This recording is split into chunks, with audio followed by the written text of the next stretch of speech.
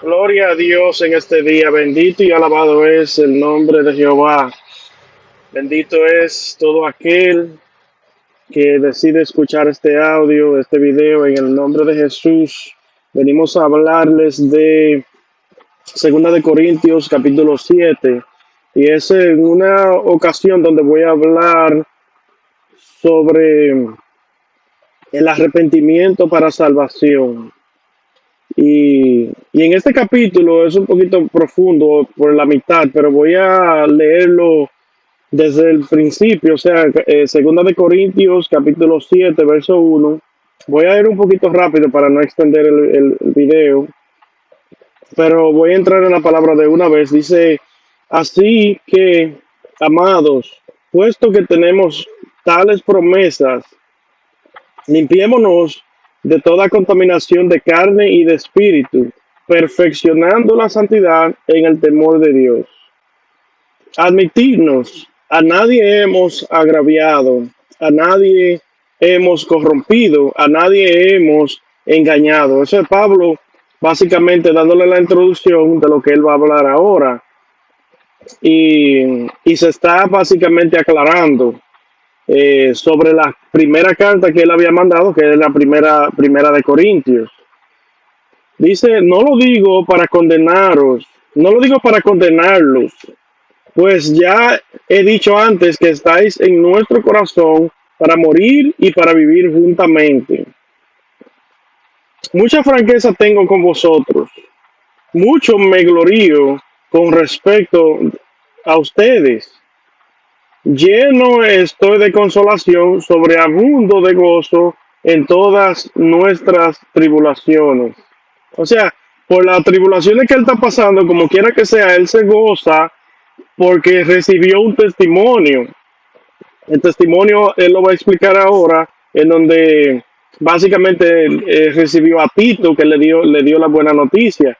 El 5 dice, porque de cierto cuando vivimos en Macedonia, ningún reposo tuvo nuestro cuerpo, o sea, ellos no descansaron, sino que en todo fuimos atribulados, afuera con conflictos y adentro con temores, o sea que llegaban a la casa, era un problema y salían, era otro, pero Dios que consuela a los humildes, el 6 dice, nos consoló con la venida de Tito, pero ¿por qué razón llegó Tito?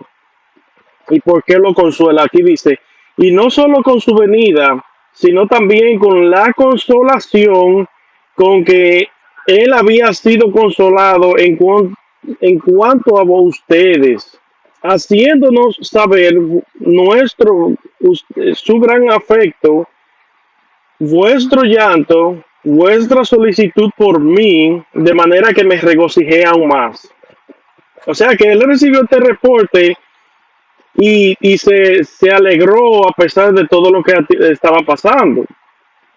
Porque en una ocasión él dice que el que niegue el apostolado de Pablo lo puede decir, pero su apostolado era sellado con ellos. O sea, la iglesia que él formó en Corintios, básicamente la demostración de que él es un apóstol. Él creó a base de la fuerza y el poder que demostró a través del Espíritu Santo, él formó esa región básicamente. Entonces,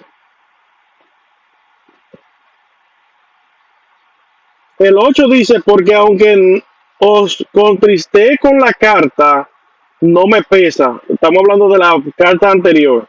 Aunque entonces lo lamenté, porque veo que aquella carta, aunque por algún tiempo os contristó. O sea, por algún tiempo lo que él le mandó fue terrible, fue una amonestación, fue una corrección fuerte. Pero dice, pero ahora me gozo, no porque hayáis sido contristado, sino porque fuiste contristado para arrepentimiento. O sea que no solamente porque él lo ofendió y le dijo lo que tenía que hacer, sino que ellos lo hicieron para arrepentimiento, porque habéis sido contristados según Dios, para que ninguna pérdida padecieseis por nuestra parte. O sea que él le está diciendo lo que yo le escribí fue de parte de Dios. Fue una corrección que yo sentí en mi espíritu y yo se la mandé. Y ustedes, aunque se compungieron, se molestaron un poco al principio, recibieron la corrección y por eso ahora yo me gozo. ¿Por qué? Porque él está recibiendo el reporte de Tito. Eh, Vamos a continuar con el 10. Porque la tristeza que es según Dios produce arrepentimiento para salvación. De eso es lo que vamos a hablar. Arrepentimiento para salvación. De que no hay que arrepentirse. O sea, de esa tristeza no hay que arrepentirse. Pero la tristeza del mundo produce muerte. No dice que produce amargura, ni no, no. La tristeza del mundo produce muerte. Más la tristeza que Dios da es para salvación.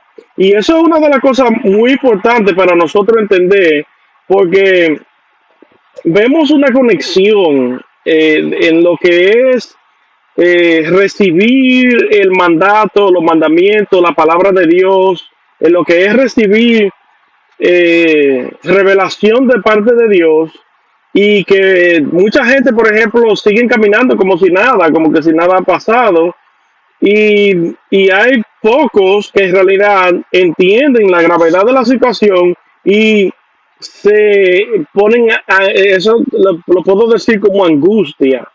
Es a una angustia que llega al corazón que no estamos tranquilos. No que nos volvemos locos ni andando para allá y para acá, sino que estamos orando por la persona, vemos el pecado y quizás decimos algo y hablamos de Jesús todo el tiempo y la gente lo que quiere es mandarnos a callar básicamente. Entonces, es algo que viene desde el Antiguo Testamento, es una prueba de que es Dios que está obrando en nosotros. Vamos a decir algo sobre Ezequiel capítulo 9. Mira lo que sucede en Ezequiel capítulo 9. El verso 3 dice, y la gloria del Dios de Israel se elevó de encima del querubín sobre el cual había estado al umbral de la casa, y llamó Jehová al varón vestido de lino que tenía a su cintura el tintero de escribano. O sea, estaba llamando un ángel que tenía la tinta.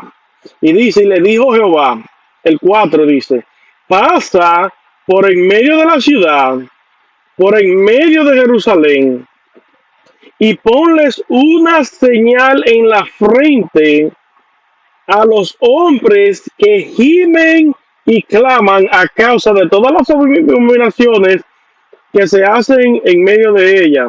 ¿Está entendiendo de lo que Pablo estaba hablando ahora? Usted no puede ser marcado o sellado por el Espíritu Santo si usted no siente esa indignación, vamos a llamarla así, porque vamos a entrar en eso ahora, en el próximo verso 11, en donde vamos a hablar un poquito de lo que Jeremías sintió cuando él encontró la palabra de Jehová. La indignación de qué? La indignación del pecado. Y entonces, primero se angustia uno mismo porque sabe que es pecador y sabe que no hay manera que podemos ser salvos a menos que Dios no extienda su mano. Entonces, esa es la realización que uno llega a básicamente a ser apartado. Uno comienza a ser apartado y eso ni siquiera llega a la carne del evangelio. Esto estamos hablando de cosas simples. Mire, el 11 dice, porque aquí esto mismo de que hayáis sido contristados según Dios, qué solicitud produjo en vosotros, qué defensa, qué indignación, qué temor, qué ardiente afecto, qué celo y qué vindicación. En todo os habéis mostrado limpios en el asunto. O sea, la palabra limpios se transfiere también en aprobado. Ustedes fueron aprobados, ustedes, Tito vio de la manera que ustedes estaban actuando, estaban celosos por Dios, estaban indignados por el pecado. eh, y continúa con la lista, pero me voy a enfocar en la indignación, porque miren lo que pasa en Jeremías capítulo 15. Y en Jeremías capítulo 15, verso 16, dice Jeremías, fueron halladas tus palabras. Pero cuando uno lo transfiere en griego, en realidad lo que él está diciendo es que yo encontré tu palabra. Yo encontré lo que dice tu palabra y yo las comí. O sea que él la dirigió y tu palabra me fue por gozo y por alegría de mi corazón. Porque tu nombre se invocó sobre mí, oh Jehová, Dios de los ejércitos. Él encontró salvación y encontró eh, esa vindicación, él encontró básicamente, si lo podemos decir en este término, el camino para la salvación. Pero ¿qué sucede? Que al él encontrar esta verdad y esta palabra, el 17 dice, no me senté en compañía de burladores, ni me engreí a causa de tu profecía.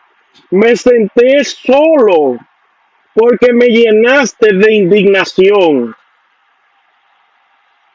Me llenaste de indignación, ¿qué quiere decir? Que lo llenó de furia, lo llenó de coraje, lo llenó de indignación a causa de que básicamente no podía soportar el pecado. Entonces se tuvo que sentar solo porque no estaba la gente alrededor de él, estaban en pecado y él no aguantaba, mejor se sentó solo.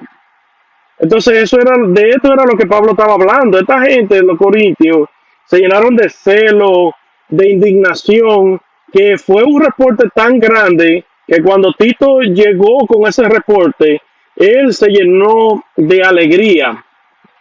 Y estamos hablando de la carne del evangelio aquí, porque si usted ve, por ejemplo, en la primera carta de corrección, Pablo le dice claro, mire, primero de Corintios, capítulo 3 verso 2 dice, os di a beber leche y no vianda.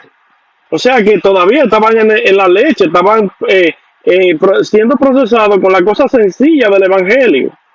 Y dice, porque aún no erais capaces, ni sois capaces todavía. Todavía no eran capaces. O sea, la primera carta de Corintios, cuando usted la lee, todavía no eran capaces de recibir nada fuerte del Evangelio. Pero ahora sí, él está hablando de algo serio, porque ya él vio que ellos están en contra del pecado y que están celosos y con el temor de Dios. Entonces, cuando ya él se dio cuenta, ahora está hablando de la cosa seria del Evangelio. ¿Por qué? Porque, y vamos a continuar, porque vamos a leer un poquito del capítulo 2, segunda de Corintios, capítulo 12. Así que, aunque os escribí, el 12 dice, no fue por causa del que cometió el agravio, ni por causa de lo que padeció, sino para que se os hiciese manifiesta nuestra solicitud que tenemos por vosotros delante de Dios. Por esto hemos sido consolados en vuestra consolación, o sea, nos consolamos por su consolación. Eso es lo que hace un hermano. Y dice, por mucho más nos gozamos por el gozo de Tito, que haya sido confortado de espíritu por todos vosotros. O sea, es una ganancia. Tito fue y atravesó quién sabe cuánta cosa para llegar allá. Fue confortado cuando él fue recibido. Él fue confortado a ver la buena noticia que tuvo. Volvió para donde Pablo. Y también Pablo fue confortado con toda la noticia que Tito le llevó. Se gozaron al escuchar que recibieron a Tito y que estaban arrepentidos. Pablo se gozó no porque él lo azotó y le dijo todo lo que le dijo, sino porque ellos ya estaban en camino de arrepentimiento. Entonces, aquí vemos en donde Pablo cambia de tono Y vemos, por ejemplo, el capítulo 12 de Segunda de Corintios, la misma carta. Miren lo que él dice: conozco a un hombre en Cristo que hace 14 años, si en cuerpo no lo sé, si fuera del cuerpo no lo sé, Dios lo sabe, fue arrebatado hasta el tercer cielo. Miren la cosa, las revelaciones que Pablo está dando aquí. Y conozco al tal hombre, si en el cuerpo o fuera del cuerpo no lo sé, Dios lo sabe, que fue arrebatado al paraíso, donde oyó palabras inefables que no le es dado al hombre expresar.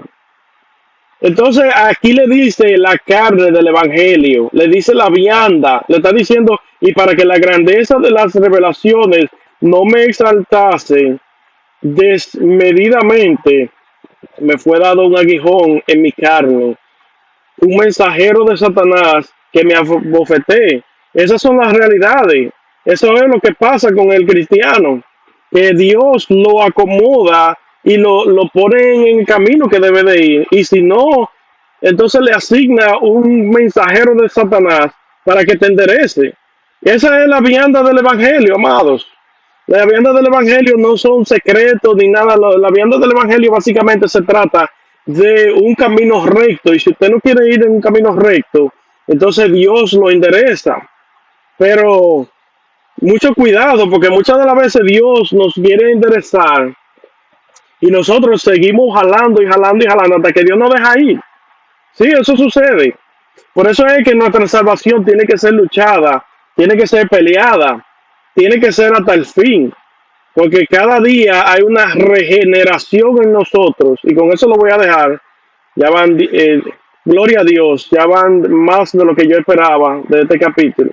Y espero que sigan meditando en esta palabra, porque es bastante más profunda de lo que yo puedo dar en tan poco tiempo. Padre eterno de gloria, yo te doy gracias. Bendice a todo aquel que ha escuchado esta palabra, dale entendimiento y sigue dándome, Señor, para tu pueblo, en el nombre de Cristo Jesús. Amén y amén. Dios le bendiga y tenga un buen día.